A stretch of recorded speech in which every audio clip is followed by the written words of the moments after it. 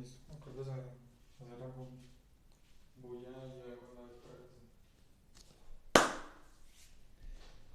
Iglesia, muy buenas noches, Dios los bendiga, qué bueno poder contar con ustedes al otro lado de sus pantallas en este tiempo. Quiero compartir con ustedes una palabra que me ha tenido bastante pensativo. En el capítulo 5 de Mateo, Jesús abre su ministerio público y lo abre, perdón, con un discurso que todos conocemos como el Sermón del Monte, que va desde el capítulo 5 hasta el capítulo 7. Es muy interesante porque en esta porción de la palabra hay una declaración, ¿cierto? Bastante poderosa para nuestras vidas hoy. Pero quiero comenzar leyéndoles el versículo 1 del capítulo 5. Dice en su palabra: cierto día, al ver que las multitudes se reunían, Jesús subió a la ladera de la montaña y se sentó. Sus discípulos se juntaron a su alrededor y él comenzó a enseñarles. Mire, el Sermón del Monte quizás es la parte más conocida, por eso les decía yo a ustedes, es una porción de la palabra que conocemos. Es la más conocida, aunque podemos también suponer que es la que menos se comprende de todas las enseñanzas que el Señor nos dio a nosotros. Y luego está, que seguramente es a su vez la que menos se obedece. ¿Está bien? El Sermón del Monte es quizás la más conocida, pero es quizás la que menos se obedece. Y el Sermón del Monte obedece a una declaración que Jesús da acerca de sus seguidores, es decir, lo que Él quiere que fueran y lo que Él quiere que sus seguidores hicieran. ¿Sí? Eso es lo que Jesús declara en este capítulo. Yo creo que no hay dos palabras que lo resuman mejor que contracultura. Muchas iglesias, muchos grupos, muchos ministerios dentro de las iglesias han usado estas palabras para expresar lo que el cristiano tiene que ser y debe de hacer. Pero aquí pasa algo bastante interesante, ¿no? Porque remitámonos a los hechos históricos, remitámonos a lo que como Colombia y como mundo hemos vivido. Hablemos, por ejemplo, de una situación mundial. Por ejemplo, la Primera Guerra o la Segunda Guerra Mundial, 1945, termina la guerra y tras de 5 años de los actos más atroces y de la devastación más grande que pueda haber tenido una guerra, termina para comenzar de nuevo. ¿Cuáles eran los nuevos ideales después de la guerra? La reconstrucción era la meta universal de cada una de las ciudades que vivió de primera mano la guerra y en aquellas que también sufrieron las consecuencias. ¿Sabían ustedes que Colombia prestó uno de sus regimientos militares para actuar en la Segunda Guerra Mundial? Pero así nosotros no hayamos vivido la consecuencia directa, muy seguramente vivimos tiempos de consecuencias indirectas dentro de nuestra nación. Entonces, 6 años de destrucción y devastación, perdón, corrijo, no son 5 sino 6, que pertenecían al pasado. Ahora la tarea consistía en construir un nuevo mundo que contara con elementos de colaboración, de cooperación y de paz. Pero no solamente han habido estos hechos históricos, esto a nivel nacional, ¿cierto? Nosotros también internamente hemos tenido guerra y devastaciones, pero refirámonos a un hecho concreto, la muerte de Pablo Escobar. ¿Qué se esperaba después de la muerte de Pablo Escobar? Que la guerra del narcotráfico fuera menos, que al ya no haber un jefe o una cabeza visible, quizás la estructura del narcotráfico se desplomara, se cayera, que la violencia, por ejemplo, que nos tocó vivir en ese tiempo de crisis, se desvaneciera, se desapareciera, que la droga ya no fuera la moneda corriente en nuestros barrios. Sin embargo, observando un hecho y observando el otro, nos hemos terminado por dar cuenta de que ese idealismo, ¿cierto?, que esperábamos después de esos hechos no se cumplió, ¿cierto? No se cumplió para nada. Porque la hermana gemela del idealismo es la desilusión. Desilusión por aquellos que no comparten el ideal, desilusión por aquellos que se oponen al ideal, o peor aún, por aquellos que lo traicionan. Y la desilusión va aumentando y es alimentada por ese idealismo de lo que podría llegar a ser. ¿Sí? Solamente pensemos en este hecho que nos está cobijando ahorita, COVID-19, ¿cierto? Esta pandemia, esto que se volvió algo mundial, ¿cierto? ¿Qué esperábamos nosotros de la humanidad? Que se solidarizara, ¿cierto? Que expresara sentimientos de cooperativismo, de ayuda mutua. Pero ¿qué hemos tenido en cambio de eso? Ataques a los empleados, por ejemplo, del sector de la salud. Es increíble que en medio de esta pandemia estas personas tengan que sufrir, ¿sí? Esta fobia de las personas, ¿cierto? O este miedo irracional. ¿Qué esperábamos, por ejemplo, de nuestra raza política? Quizás que se solidarizara, ¿cierto? ¿Por qué no pensar que todos los recursos van a llegar tal y cual como son donados? Sin embargo, hemos tenido noticias de que las circunstancias no han sido las mejores. Noticias como, por ejemplo, que nuestros políticos han puesto en las primeras filas de la recepción de las ayudas a sus propias familias, que muy seguramente no tienen tanta necesidad como la tendrán otros, ¿cierto? Sin embargo, hay otros casos positivos, no podemos quedarnos solamente con lo malo, pero el idealismo, a eso voy, el idealismo tiene una hermana gemela que se llama la desilusión por no ver lo que esperamos, ¿cierto?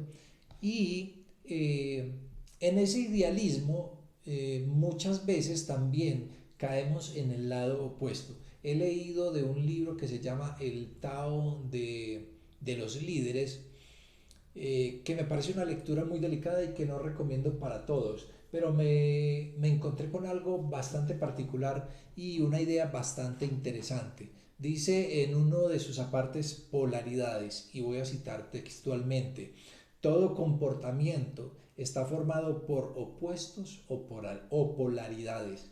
Si hago algo más y más una y otra vez, surgirá su polaridad.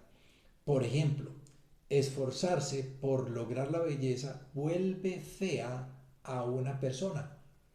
Y ser demasiado amable es una forma de egoísmo, ¿cierto? Entonces paremos por un momento ahí. ¿Sí?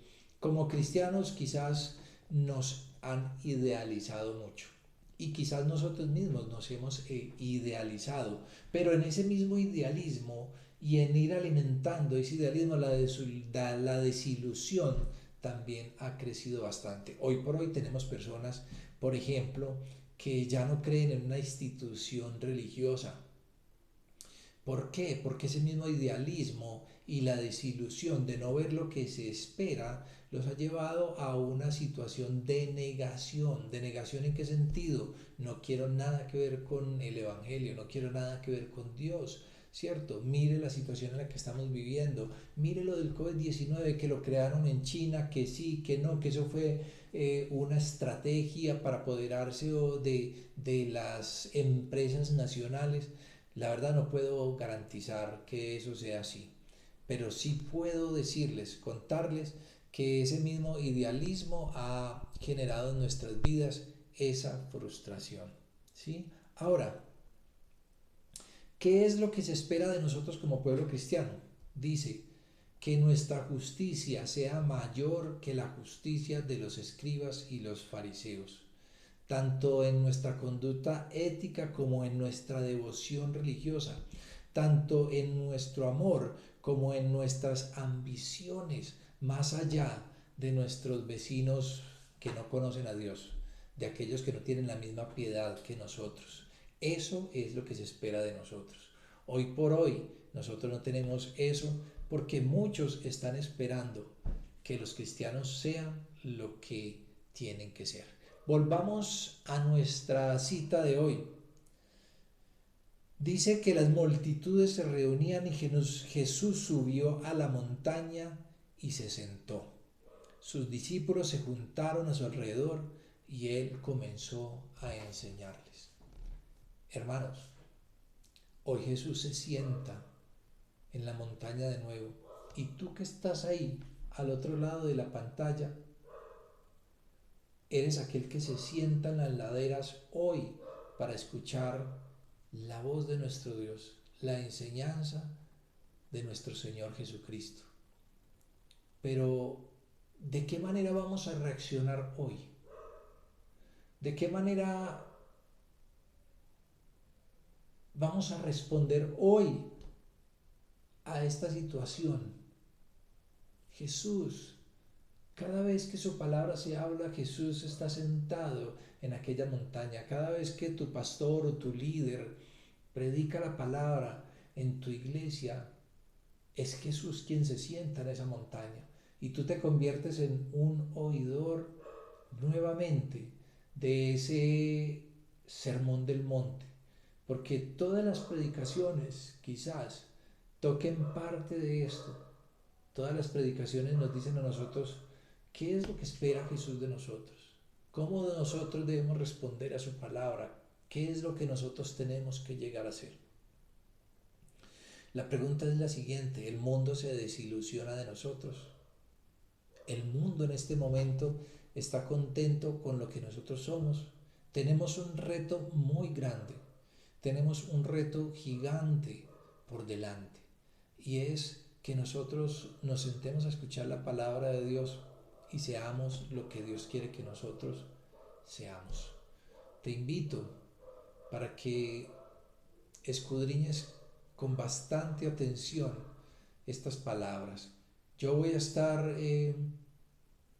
guiándolos en algunos tiempos de aquí en adelante, si me es posible, en estas palabras, porque esta palabra es el carácter de lo que nosotros debemos y de lo que nosotros tenemos que llegar a hacer. Yo mismo a veces me encuentro avergonzado porque mis actitudes a veces no corresponden con lo que yo mismo predico. Pero lo hermoso de esto es que siempre hay una oportunidad para hacer las cosas bien y para hacerlas mejor. Te invito para que en esta noche oremos. Amado Señor, quiero agradecerte, Señor, por la multitud que nos está escuchando en estos momentos. Porque hoy, amado Señor, eres tú quien se sienta, Señor, en aquella ladera y vuelve, Señor, con tu palabra para hablarnos a nosotros, amado Señor, y para demandarnos que nosotros, Señor, seamos un pueblo diferente. Perdónanos, amado Señor, porque a veces buscando esa diferencia, Señor, nos hemos vuelto en algo común, en algo corriente, y hemos perdido, amado Señor, ese algo especial que al estar tú en nosotros nos conviertes en ello, Señor. Padre, en este momento yo quiero también orar, amado Señor, por nuestra salud, primeramente por la salud física. Quiero pedirte, amado Señor, por aquellos que están, amado Jesús, experimentando algún quebranto en su cuerpo, Señor. Pero quiero también, amado Señor, en estos tiempos de cuarentena, de encierro, Señor, quiero pedirte, amado Jesús, que tú seas, Señor, también sanando nuestro comportamiento, Señor, sanando nuestro ser interior, amado Señor, sanando nuestras emociones, amado Jesús, porque este tiempo, Señor, nos ha exigido bastante, Señor. Algunos han sucumbido ante el estrés. Matrimonios, Señor, han terminado por resquebrajarse. Familias, amado Señor, han tenido que vivir, amado Jesús, violencia, Señor, en su círculo, amado Señor, debido al cansancio, al estrés, amado Señor, que esto nos está generando, Señor.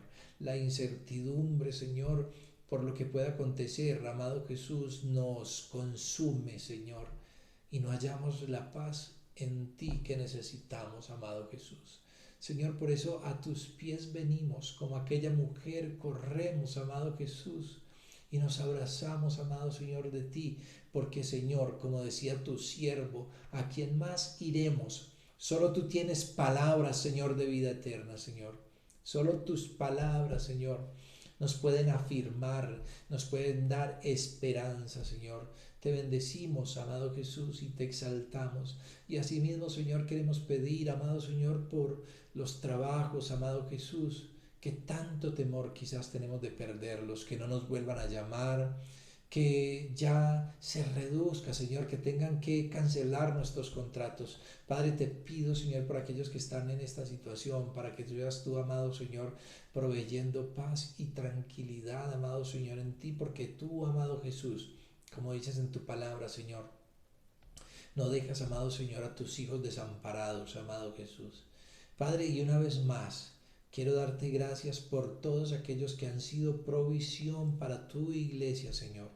Provisión, Señor, en los alimentos. Provisión, amado Señor, porque has puesto en su corazón compartir un alimento, sea mucho o sea poco, amado Señor. Pero han llegado, Señor, esas ayudas, Señor, a las casas de nuestros hermanos y hermanas. Y tú nos has permitido, Señor, darnos la alegría, Señor, de repartir lo que se ha recogido, lo que se ha tomado, Padre Santo. Señor mío, en tus manos descansamos, Señor, en esta tarde, en esta noche, Señor. En ti, Señor, hallamos nuestro reposo, amado Jesús, y esperamos que podamos, amado Jesús, terminar esta nueva época, Señor, para seguir adelante con esos ideales, amado Señor, para guardarnos de las desilusiones, amado Señor, para no ser exagerados, amado Señor, con ese idealismo, Señor, y trabajar en nosotros, amado Señor, en lo que debemos ser y hacer, amado Señor, un paso a la vez. Que seamos dignos representantes de tu reino, Señor, aquí en la tierra, en el nombre de Jesús. Amén y amén. Muy bien, mis amados, los bendigo allá al otro lado de sus pantallas y me alegra mucho compartir con ustedes en este tiempo. Como iglesia nos volvemos a ver en estos próximos días. Muchas bendiciones en el nombre de Cristo Jesús. Amén y amén.